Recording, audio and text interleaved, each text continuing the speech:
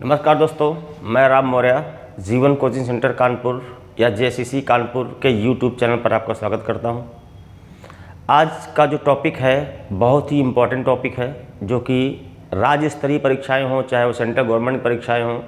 ये टॉपिक सभी एग्ज़ाम्स के लिए बहुत ही इम्पोर्टेंट है और सब में क्वेश्चन इससे आते ही आते हैं। चाहे आप एसएससी देने जाएँ, रेलवे देने जाएँ या जो भी एग्ज़ाम्स हैं, या आप स्टेट गवर्नमेंट में आ जाए, पुलिस का हो, ग्रुप सी का हो, अपने यहाँ उत्तर प्रदेश में UPSSC का हो, पुलिस का हो, यूपी टेट हो, सुपर टेट हो, इतने भी एग्ज़ाम्स हैं। ये टॉपिक सबके लिए इम्पोर्टेंट है और आप लोगों से मेरी एक गुजारिश है, अगर ये वीडियो या सेशन अच्छा लगे तो इसको ज़्यादा से ज़्यादा लोगों तक शेयर करें, वीडियो को लाइक करें और चैनल को, अगर नए हैं चैनल पे तो इसको सब्सक्राइब करें। और इस पे ज़रा चलते हैं, चर्चा करते हैं इस टॉपिक पे। तो सबसे पहली बात है, भारत में स्थानीय स्वशासन या बोलते हैं local self government. Local self government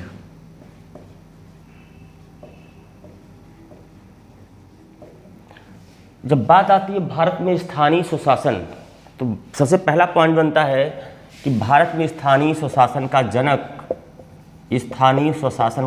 Bharat में किसे कहा जाता है। तो सबसे पहला आपका है लॉर्ड रिपन को कहा जाता है। लॉर्ड रिपन को मानते हैं भारत में स्थानीय स्वशासन का जनक या father of local self government in India, तो है लॉर्ड रिपन को कहा जाता है। और दूसरी बात यह है, क्वेश्चन कई बार पूछा गया है अलग अलग एग्जाम्स में, कि जो स्थानीय स्वशासन है, स्थानीय स्वशासन आपका है, ये किस सूची का विषय है। तो ये ध्यान दीजिएगा, ये राज्य सूची या स्टेट लिस्ट का विषय है, राज्य सूची का विषय है। इसका मीन्स हुआ, इस पे जो लॉ बनाने का, कानून बनाने का अधिकार है वो राज्य सरकारों के पास होता है। ये दो चीज़ें हैं, चाहे वो शहरी हो चाहे वो स्थानीय स्वशासन। एक्चुअली देखिए तो रूरल का अलग है, जैसे हम लोग पंचायती राज बोलते हैं, और अर्बन एरिया या शहरी एरिया का अलग है, जैसे हम नगर पालिका, नगर पंचायत और नगर निगम में बांटते हैं। वो तीन अलग चीज़ें हो जाती हैं। तो अभी हम पहले चलेंगे पंचायती राज पे या ग्रामीण स्थानीय स्वशासन, इसको हम बोलते हैं पंचायती राज, या इसको हम कह लें ग्रामीण स्थानीय स्वशासन, जिसको हम बोलते हैं पंचायती राज। अब यहाँ पर बात ये आती है कि पंचायती राज के बारे में अगर हम देखें तो पंचायती राज की कई सारी समितियाँ हैं। पंचायती राज की से शुरुआत हम चलते हैं, तो पंचायती राज पे एक सरकार ने कौन कौन सी कमेटी बनाई, उसे कब संवैधानिक दर्जा दिया गया, बिल्कुल बिगिनिंग से चलेंगे, एक टॉपिक को क्लियर करते हुए चलेंगे। तो ध्यान से देखना यहाँ पर हम लोग को। पहले अभी यहाँ देखते हैं समितियाँ कौन कौन सी हैं, कमेटी कौन कौन सी बनाई गई या समितियाँ कौन कौन सी बनाई गई, किससे जुड़ी हुई, पंचायती राज से। पंचायती राज से संबंधित कौन कौन सी जो इम्पोर्टेंट हैं समितियाँ हमारी कौन कौन सी हैं। तो नंबर 1 हमारा है, सबसे पहली जो समिति हमारी है वो है बलवंत राय मेहता समिति। बहुत ही इंपॉर्टेंट है, बहुत बार पूछी गई एग्जाम में, तो इसको ध्यान देने का है। इसका जो गठन हुआ था, इस समिति का गठन हुआ था 1956 में। इसने अपनी रिपोर्ट जो दिया था, सुझाव या रिपोर्ट कह लीजिए, दिया था 1957 के अंत में, एंड में बिल्कुल। और इसने अपने सुझाव में बोला था कि पंचायती राज संस्थाओं के बारे में बोला था कि इसने 3 स्तर होने चाहिए। इन्होंने 3 स्तरीय पंचायती राज व्यवस्थाओं या संस्थाओं का सुझाव दिया। पहला था सबसे निचला स्तर या ग्राम स्तर पर ग्राम पंचायत या ग्राम पंचायत, दूसरा हमारा है ब्लॉक या प्रखंड स्तर पर पंचायत समिति, पंचायत समिति या इसको प्रखंड पंचायत भी कहते हैं, या इसको लिखिए प्रखंड पंचायत।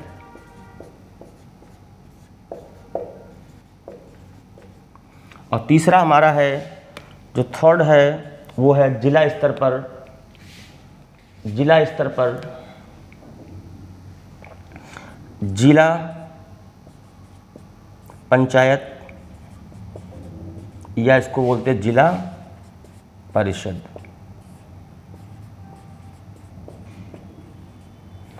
तो ये है बलवंतराय मेहता समिति जो सबसे पहली समिति है, गठन हुआ 1956 में, और इस रिपोर्ट दिया, इसने अपनी सुझाव दिया 1957 के एंड में। और इसने अपनी रिपोर्ट में 3 स्तरीय पंचायती राज संस्थाओं की सिफारिश किया। ग्राम स्तर पर ग्राम पंचायत जो सबसे निचला स्तर है, जो मिड का है, मिडिल का है, मध्यवर्ती जो स्तर है प्रखंड स्तर या ब्लॉक लेवल पे पंचायत समिति या प्रखंड पंचायत, जो जिला लेवल पर है वह जिला पंचायत या जिला परिषद। दोस्तों इसका स्क्रीनशॉट लीजिए, तब तक हम फिर आगे बढ़ते हैं।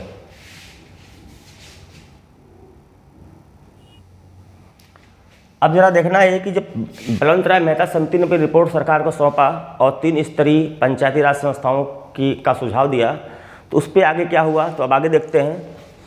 इसके सुझाव पर, बलवंतराय मेहता कमेटी के सुझाव पर 12 जनवरी 1958 को NDC जो कि जिसको बोलते हैं नेशनल डेवलपमेंट काउंसिल या राष्ट्रीय विकास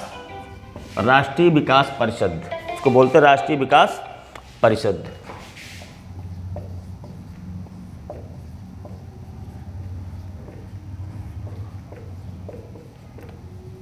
बलवंतराय मेहता समिति के सुझाव को लागू करने के लिए 12 जनवरी 1958 को NDC ने सभी राज्यों से को कहा कि आप इसे लागू करें, या यूँ कह लीजिए कि इस समिति की सुझाव को कार्यान्वित करने के लिए, एग्जीक्यूट करने के लिए 12 जनवरी 1958 को NDC ने सभी राज्यों से इसे लागू करने को कहा। और सबसे बड़ी बात यह है कि क्वेश्चन पूछा जाता है कि भारत में सबसे पहले कहाँ पर लागू किया गया, तो ध्यान दीजिएगा।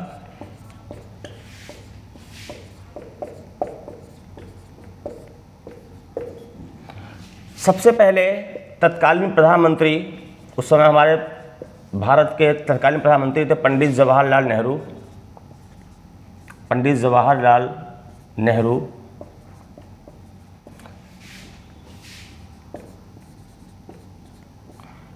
इसकी शुरुआत किया 2 अक्टूबर 1959 को राजस्थान के डिस्ट्रिक्ट नागौर जिले में एक गांव था, नाम है गांव का बगदरी गांव से 2 अक्टूबर 1959 को पंडित जवाहरलाल नेहरू ने राजस्थान के बगदरी गांव जो कि नागौर ज़िले में है से वहाँ पे पंचायती राज व्यवस्था की एक औपचारिक शुरुआत किया। और ध्यान देने की बात यहाँ पर है कि राजस्थान पहला ऐसा राज्य है, पहला राज्य जहाँ पूरे राज्य में त्रिस्तरीय पंचायती राज व्यवस्था लागू हुई।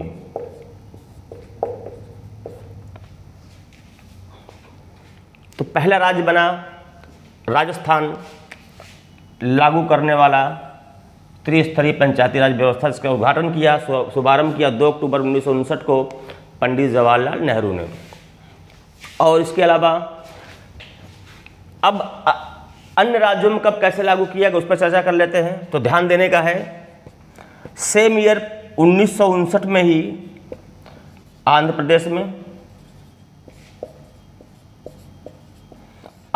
में 1960 में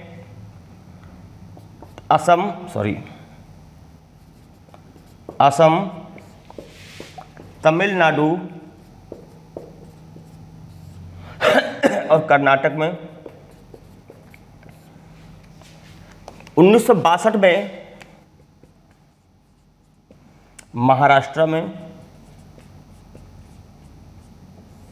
1963 में गुजरात में। और 1964 में पश्चिम बंगाल में, पश्चिम या वेस्ट बंगाल में पंचायती राज व्यवस्था का शुभारंभ किया गया, लागू किया गया। तो ये है इसका इतिहास। बलवंत राय मेहता समिति की सिफारिश पे भारत में त्रिस्तरीय पंचायती राज व्यवस्था लागू की गई। क्वेश्चन कई बार पूछा गया है, भारत में कितने स्तरीय पंचायती राज संस्थाएं हैं? 3 स्तरीय हैं।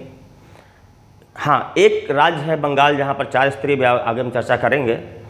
और दूसरा है, किस कमेटी की सिफारिश पर भारत में पंचायती राज व्यवस्था त्रिस्तरीय लागू की गई? तो वो आपका है बलवंत राय मेहता समिति, गठन 1956 में, रिपोर्ट 57 में, और एग्जीक्यूट किया गया 1958 में। एनडीसी की ऑर्डर जो दिया और शुभारंभ किया सबसे पहले 2 अक्टूबर 1959 को पंडित जवाहरलाल नेहरू ने राजस्थान के नागौर जिले से। इसका स्क्रीनशॉट लीजिए, फिर हम आगे कंटिन्यू करते हैं।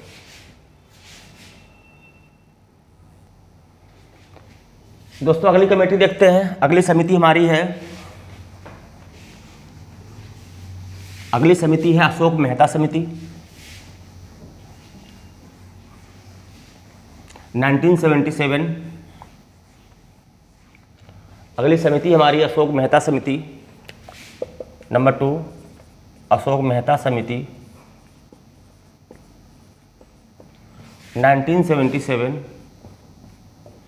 ये बनाए गए थे एक्चुअली पंचायती राज संस्थाओं या पंचायती राज व्यवस्था का मूल्यांकन करने के लिए और उसे और अधिक प्रभावशाली बनाने के लिए, प्रभावशाली बनाने का सुझाव के लिए। इन्होंने जो सुझाव दिया,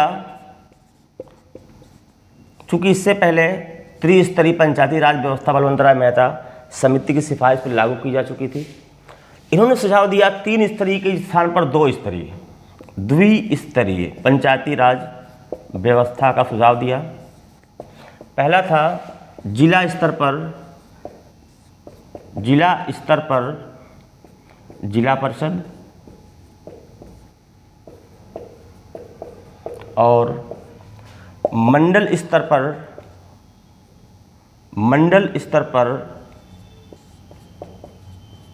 मंडल पंचायत।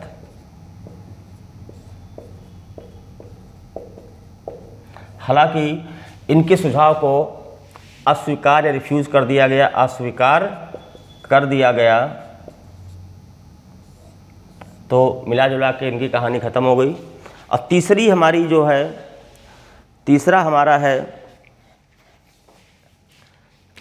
समिति, ये वो है GV.K. राव समिति, जो कि 1985 की है, 85 की है। और इन्होंने रिपोर्ट दिया 1986 में। और GV.K. राव समिति ने अपनी रिपोर्ट में 4 स्तरीय पंचायती राज संस्थाओं का जिक्र किया, 4 स्तरीय पंचायती राज संस्थाओं का जिक्र किया। वो हम इसको चर्चा करते हैं, यहाँ पे नोट करते हैं।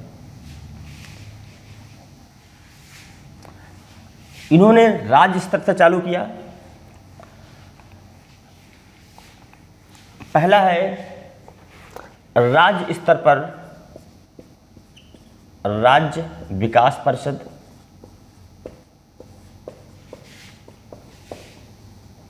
और दूसरा है जिला स्तर पर जिला परिषद,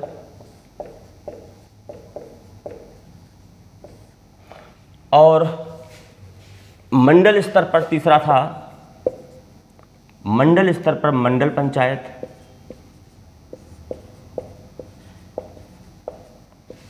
और चौथा है ग्राम स्तर पर ग्राम पंचायत। हालांकि इनके सुझाव को भी रिफ्यूज़ कर दिया गया।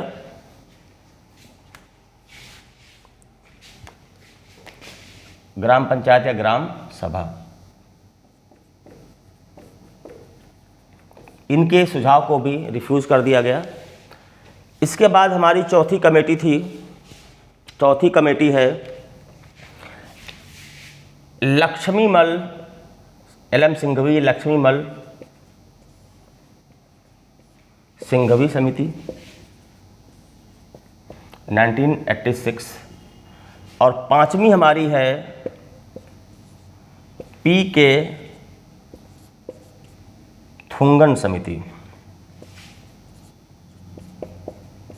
1988। इन दोनों समितियों ने पंचायती राज व्यवस्था को, संस्थाओं को संवैधानिक दर्जा या कॉन्स्टिट्यूशनल स्टेटस देने का सुझाव दिया। ये हमारी समितियां हैं, हमारी कमेटी हैं, कुल 5 की 5। पहली बलवंतराव मेहता समिति, दूसरी अशोक मेहता समिति, तीसरी जी.वी.के. राव समिति और चौथी एल.एम. सिंघवी समिति और पांचवी पी.के. थुंगन समिति। ये 5 प्रमुख समितियां हमारी हैं। और इन्हीं सिफारिश के बाद अब बात आती है कि संवैधानिक दर्जा कब दिया गया, कैसे दिया गया। इसका स्क्रीनशॉट लें या पहले इसको चलो कंटिन्यू कर लेते हैं इनसे हम। अब बात आती है, क्वेश्चन कई बार पूछा गया है, पंचायती राज संस्थाओं को भारत में संवैधानिक दर्जा कब और किस संशोधन के द्वारा दिया गया। तो यहाँ पर देखिए 73वां संविधान संशोधन, संविधान संशोधन अधिनियम 73rd कॉन्स्टिट्यूशनल अमेंडमेंट एक्ट अधिनियम 1992 के द्वारा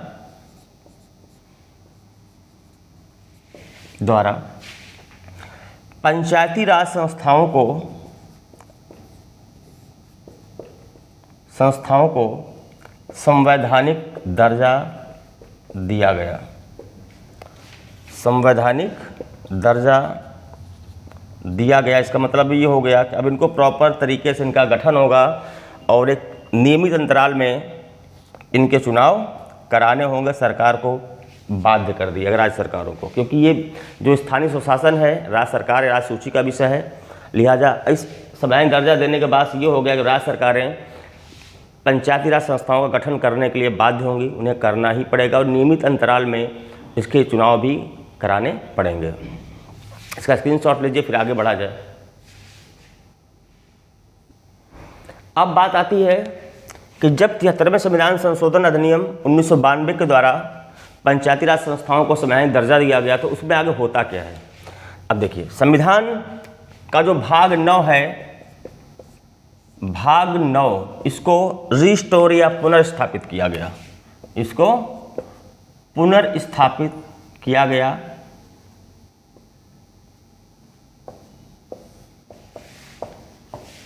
और इसमें कुल 16 आर्टिकल, अनुच्छेद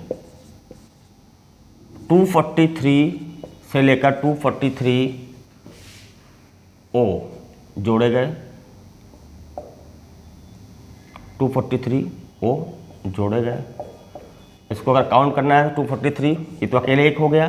243A से लेकर O तक, अगर आपको अल्फ़ाबेट का ऑर्डर क्रम पता होगा A से लेकर O तक, तो O 15वें नंबर पे आता है, A 1 पे आता है। तो 15 तो ये हो गए और ये कुल मिलाकर 16 हो गए। और साथ में संविधान में 11वीं अनुसूची जोड़ी गई, अनुसूची जोड़ी गई, जिसमें कुल 29 विषय हैं, 29 विषय हैं।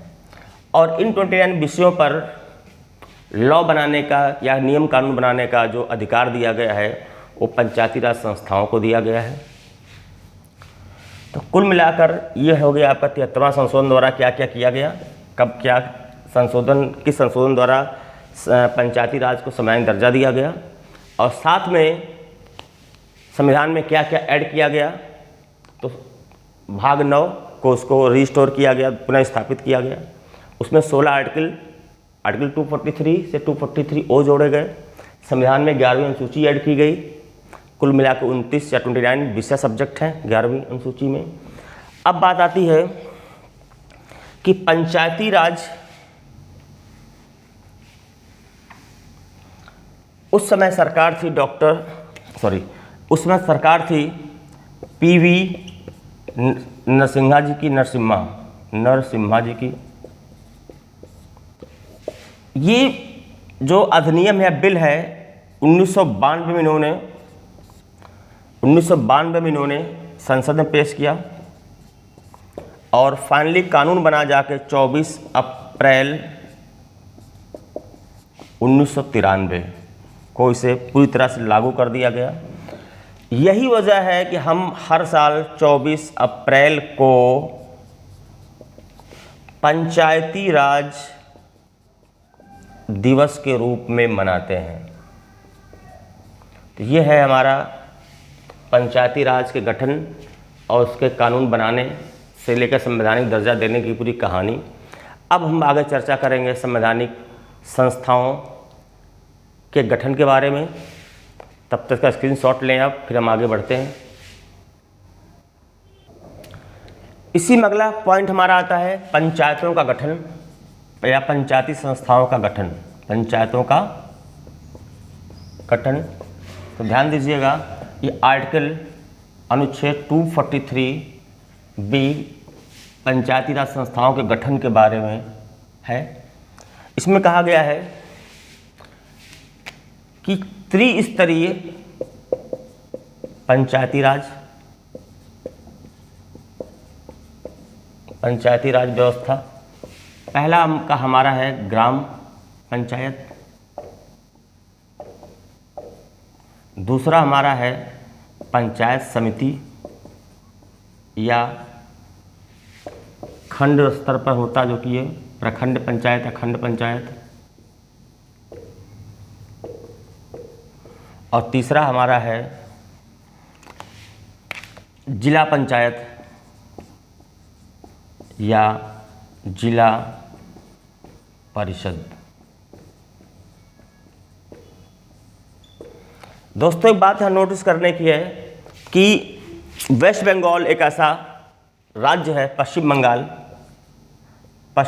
एक ऐसा राज्य है जहाँ पर 4 स्तरीय पंचायती राज व्यवस्था लागू है। पहला हमारा है ग्राम स्तर पर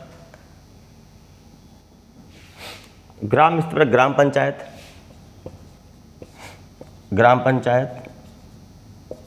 दूसरा लेवल है अंचल पंचायत।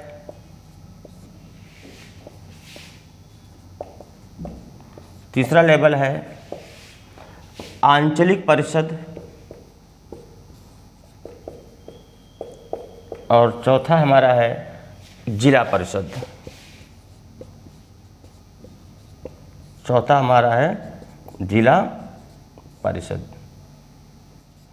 तो वेस्ट बंगाल ऐसा राज्य जहाँ पर 4 स्तरीय है और पूरे देश में 3 स्तरीय पंचायती राज व्यवस्था लागू है। तो इसका स्क्रीनशॉट लें आप, फिर आगे बढ़ते हैं।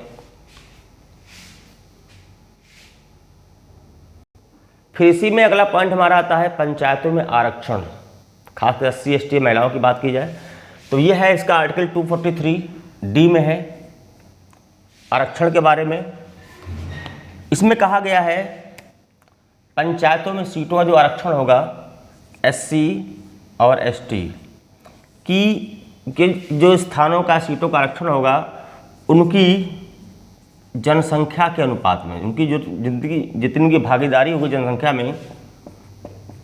जनसंख्या के रेशियो में, जितनी उनकी जनसंख्या भागीदारी होगी उतने ही उसमें सीटों की उनकी भागीदारी होगी। और SC ST को जितनी सीटें दी जाएंगी, जिनकी रिजर्व होंगी, ध्यान देने की बात है, SC ST की जो टोटल रिजर्वेशन होगी वो होगी उनकी जनसंख्या के अनुपात में। अब बारी आती है कि जितनी सीटें उनको रिजर्व की जाएंगी तो उसका 1/3, जितनी सीटें SC/ST को अलॉट होगी उसका 1/3 SC/ST की महिलाओं को दी जाएंगी,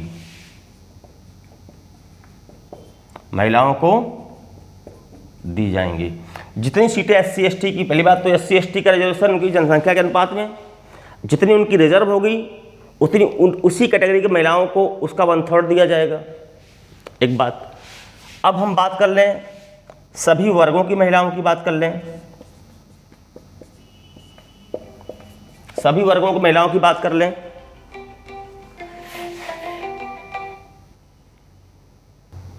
अगर हम महिलाओं की कॉमन की बात करें, अगर कॉमन रिजर्वेशन महिलाओं के लिए बात करें तो ये आर्टिकल 243D कहता है जो टोटल सीटें होंगी उसका 1/3 महिलाओं के लिए होगा। जो टोटल सीटें होंगी, टोटल का 1/3 महिलाओं के लिए होगा, कुल सीटों का। ये है रिजर्वेशन का प्रोसेस, आर्टिकल 243D में है। और इसके बाद अगला हमारा टॉपिक होगा, और हाँ एक चीज़ और भी यहाँ समझने वाली बात है कि महिलाओं का जो आरक्षण है इसकी कोई समय सीमा नहीं है कि ये कब तक चलेगा, कब तक उनको दिया जाएगा, अभी से वो समय सीमा निर्धारित नहीं है। और इसके अलावा हम आते हैं, और अगला हमारा पॉइंट है इसी में पंचायतों का कार्यकाल। पंचायतों का, जो पंचायती राज संस्थाएं उनका कार्यकाल कितना होता है, तो ये ध्यान देने की बात है। ये आर्टिकल 243E में कहा गया है कि पंचायतों का कार्यकाल कितना होगा। तो कार्यकाल की बात कर लें, यह 243E में दोस्तों पंचायती राज संस्थाओं का जो कार्यकाल बताया गया वो 5 वर्ष है। एक बात। और दूसरी बात, अगर कोई 5 वर्ष से पहले विघटित हो जाती है, 5 वर्ष से पहले डिसॉल्व या विघटित हो जाती है, तो नियम ये कहता है कि विघटन से 6 माह के भीतर, 6 मंथ्स के भीतर दोबारा से पुनर्निर्वाचन करा लिया जाएगा। 6 माह में या 6 माह के अंदर दोबारा से चुनाव, पुनर्निर्वाचन करा लिया जाएगा। और एक बात, अगर कोई संस्था 5 वर्ष से पहले विघटित होती है और अगर संस्था का शेष कार्यकाल 6 माह है, उससे कम बचा हुआ है, तो दोबारा उसको चुनाव कराने की ज़रूरत नहीं है। फिर एक साथ सबका जो 5 साल पूरा हो जाएगा, सभी के साथ उनका निर्वाचन कराया जाएगा। हाँ, अगर 6 माह से ज़्यादा का शेष कार्यकाल बचा है तब तो निर्वाचन कराना अनिवार्य हो जाता है। तो ये है आपका कार्यकाल संस्थाओं का। इसके बाद आते हैं जरा योग्यता की बात कर लें। तो ध्यान दे दीजिएगा, पंचायती राज चुनाव संस्थाओं के चुनाव में उम्मीदवारों की उम्र जो है मिनिमम 21 वर्ष और मतदाताओं की मिनिमम 18 वर्ष होनी चाहिए। और किसी भी संवैधानिक पद को प्राप्त करने के लिए आपको पता होना चाहिए, कॉमन से एक अर्हता होती है, एलिजिबिलिटी होती है कि व्यक्ति भारत का नागरिक होना ही चाहिए। क्योंकि ये संवैधानिक दर्जा दिया गया है, तो ज़रूरी है कि जो बंदा है, उम्मीदवार है, वो भारत का नागरिक हो। पढ़ा लिखा होना कोई ज़रूरी नहीं है, बस मिनिमम 21 वर्ष की उम्र पूरी कर चुका हो। तो ये है इनकी उम्मीदवारों की जो है योग्यता। मतदाताओं के लिए कम से कम 18 साल का हो और नागरिक हो, तो ये उसकी योग्यता है। अब बात आती है कि इनका निर्वाचन कराता कौन है। तो इनका निर्वाचन कराने के लिए आर्टिकल 243 के तहत राज्य निर्वाचन आयोग 243 के तहत राज्य निर्वाचन आयोग का गठन किया गया है, स्टेट इलेक्शन कमीशन, या इसको पूरा लिख देते हैं राज्य निर्वाचन आयोग का गठन, जो कि तो बात आती है कि ये जो स्थानीय स्वशासन के चुनाव है, चाहे पंचायती राज के हों, चाहे वो हमारे शहरी निकाय के हों, ये सारे जो इलेक्शन होते हैं वो कौन कराता है? राज्य निर्वाचन आयोग कराता है। राज्य निर्वाचन आयोग के गठन का जो प्रोसेस है किस में है? 243K में है। और राज्य निर्वाचन में एक राज्य निर्वाचन आयुक्त होता है जिसकी नियुक्ति इसी आर्टिकल के तहत 243A के तहत राज्यपाल के द्वारा की जाती है। तो ये है हमारा राज्यपाल के द्वारा इनकी नियुक्ति जो होती है वो राज्यपाल के द्वारा होती है। क्वेश्चन पूछा जाता है कि राज्य निर्वाचन आयोग की नियुक्ति किस आर्टिकल के तहत होती है, गठन किस आर्टिकल के तहत होता है? 243K के तहत। राज्य निर्वाचन आयोग का नियुक्ति कौन करता है? उस राज्य का गवर्नर करता है। तो ये है हमारे जो प्रमुख जो तथ्य थे, मेन जो फैक्ट हमारे हैं पंचायती राज संस्थाओं के बारे में, इतने बनते हैं, ये आपको ध्यान से देखना है। और अगली वीडियो में हम आएंगे नगर पालिकाओं, नगर पंचायतों और नगर निगम के बारे में चर्चा करेंगे। आशा करता हूँ वीडियो आपको अच्छी लगेगी। फैक्ट इम्पॉर्टेंट है जो एग्ज़ाम में अभी तक पूछे गए हैं। और वीडियो अगर अच्छी लगे तो ज़्यादा से ज़्यादा शेयर और लाइक करें। थैंक यू, धन्यवाद, बाय बाय। मिलते हैं अगले वीडियो में।